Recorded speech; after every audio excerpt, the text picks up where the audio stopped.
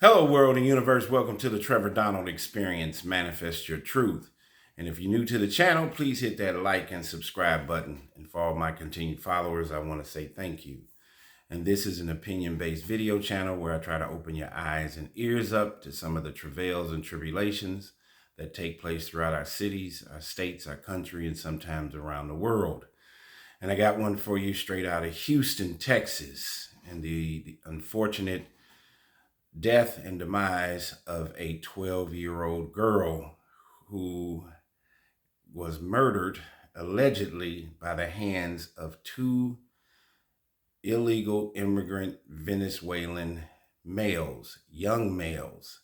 So this has everything to do with the illegal migrant crisis, border issues, and whether one illegal immigrant commits an assault or a heinous crime, we all know it's going to make the news. And there has not been any proper vetting with these open borders. And we don't know in America who is coming in to this country. I am not against immigration or people entering and becoming U.S. citizens in a positive way. Because this country was built on all of us being from somewhere else and colonizing America. We were not the first people here, but it is a telltale sign and cautionary tale that whether you are from any country, vetting and making sure we have the right people here to make America a safe place, and our public safety should be at the top of your list of our moral and ethical values for a sustainable society. We got to make sure we have the right people in the country, and we cannot have folks committing assaults and heinous crimes against individuals that already live here. So let's go. Funeral held in Houston, Texas for 12-year-old girl whose body was found in a creek. A 12-year-old Texas girl who was found dead in a creek not far from her home was remembered for her love of reading and animals. Among those attending funeral services for Jocelyn Nungaray were Democratic Houston Mayor John Whitmire and Cecilia Abbott, wife of Texas Governor Greg Abbott. They said, "We're sad but outraged and angry that this would happen in our community," Whitmire, who was elected in December, told mourners. "We're going to monitor this case all the way through the criminal justice system." So Jocelyn's body was found in a creek on June 17th. A medical examiner concluded that she had been strangled. Police say she had sneaked out of her house the night before. Prosecutors have charged two Venezuelan men who entered the United States illegally with capital murder. And Republicans have used the death to highlight what they say are President Joe Biden's failed immigration policies. Jocelyn's grandfather, Kelvin Alvarenga, said earlier this week that his granddaughter's death could have been prevented if the country's immigration system had been redone. Also attending the service for Jocelyn was Republican Texas Lieutenant Governor Dan Patrick. Both Greg Abbott and Patrick are harsh critics of Biden's immigration policies. Many studies, though, have found immigrants are less drawn to violent crime than native-born citizens. One published by the National Academy of Sciences based on Texas Department of Public Safety data from 2012 to 2018, which, as you know, if you look at the dates, were prior. This report was prior to this influx and this open border issue under the Biden administration. But it says that it reported that Native American U.S. born residents were more than twice as likely to be arrested for violent crimes than the people in the country illegally. But as we know, after 2018, there's been millions of illegal immigrants that have been entering our borders without any vetting. During a service held at a funeral home, Jocelyn was remembered as a girl with a beautiful smile who loved animals. The television show Stranger Things, Harry Potter, and baking. She was also an eclectic. She also had eclectic musical tastes. One of her favorite songs, the early '60s hit "Coney Island Baby" by the Excellents, was played as mourners watched a heartbreaking slideshow. I will always remember her big, beautiful smile and beautiful, bright eyes. And she even had such beautiful, curly locks, said Jocelyn's great aunt, Julie Gonzalez. She said Jocelyn was soft spoken and reserved, and beelined for the book section wherever they went. Venezuelan nationals Johan Jose Martinez Rangel, 22, and Franklin Jose Pena Ramos, 26, are each being held on a $10 million bond in the Harris County Jail in Houston. Now look at their ages, 22 and 26. Life is just beginning for them also. The two men were arrested earlier this year near El Paso by the U.S. Border Patrol after entering the country without documentation. Both were released and given notices to appear in court at a later date. The Associated Press left messages Thursday evening with attorneys listed for the two men.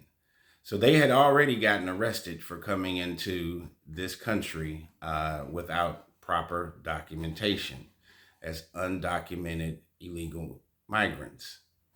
Prosecutors say Martinez Rangel and Pena Ramos lured the girl under a bridge and remained with her for more than 2 hours. They say the defendants took off her pants, tied her up, and killed her before throwing her body into the creek. So now we have the National Democratic Convention that's in Chicago. We see that President Biden is stepping aside, and Vice President Kamala Harris has taken the leadership role for the Democratic Party. And we, of course, have ex-President Donald Trump that's running on the Republican side. And if you remember, during his tenure, his 4 years as president, he wanted to have a tall border wall.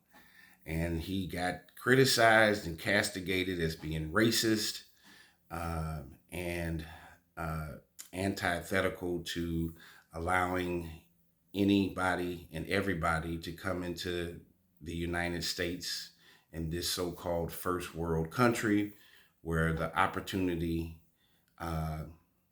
are abundant for you to go from nothing to something. However, we went from Trump talking about a huge border wall on our borders to Biden and Vice President Harris just opening it wide open, the borders. And now we have several million individuals who we don't know anything about. In America, if you're applying for a job, you have multiple boxes you have to check off and be vetted for in order to get a job. Drug testing, background check, a valid driver's license, even if you have a desk job. So if our American citizens, tax-paying citizens, have to go through a background check and be vetted just to have a job, even a credit check, and in some jobs you have to have a psychological test done. If that has to take place for the people that are U.S. citizens and just trying to get a job and take care of their family, why don't we have a vetting process, slow the numbers of individual illegal migrants that are coming in, and make sure that we have proper documentation, even when it comes to vaccinations. We don't know what is entering our borders from a health standpoint, a psychological standpoint, a criminal standpoint, and whether it is one situation or 10 situations where illegal immigrants are committing assaults and heinous crimes. It does not look good for this current administration. There are multiple stories in New York where many of these illegal immigrants are assaulting individuals and destroying things. There's been assaults on New York City police officers. Chicago has had a plethora of problems. Um, and of course, I did a previous video that was highlighted and made national news where a young nursing student from the University of Georgia, who was also killed by an illegal immigrant, male immigrant. So anytime you have, whether it's 1, 10, or 100 individuals that are committing the most diabolical crimes, it does not put a nice lens on this migrant issue. And in the report here, where it says that more U.S. citizens commit crimes than the illegal immigrant situation, well, first of all, if there's 360 million people in America, and let's say 3.6 million illegal migrants are here now, so that's 1%. Well, of course, the numbers as a whole are going to show that yes, U.S. citizens commit more crimes against U.S. citizens because there's more people. But in same instance of more white folks commit crimes than black folks because there are more white individuals in America. It's just a numbers game. But when you look at the numbers and you break it down by percentages, if you have 5% or 10% or 1% of these illegal immigrants committing crimes, that's just one too many.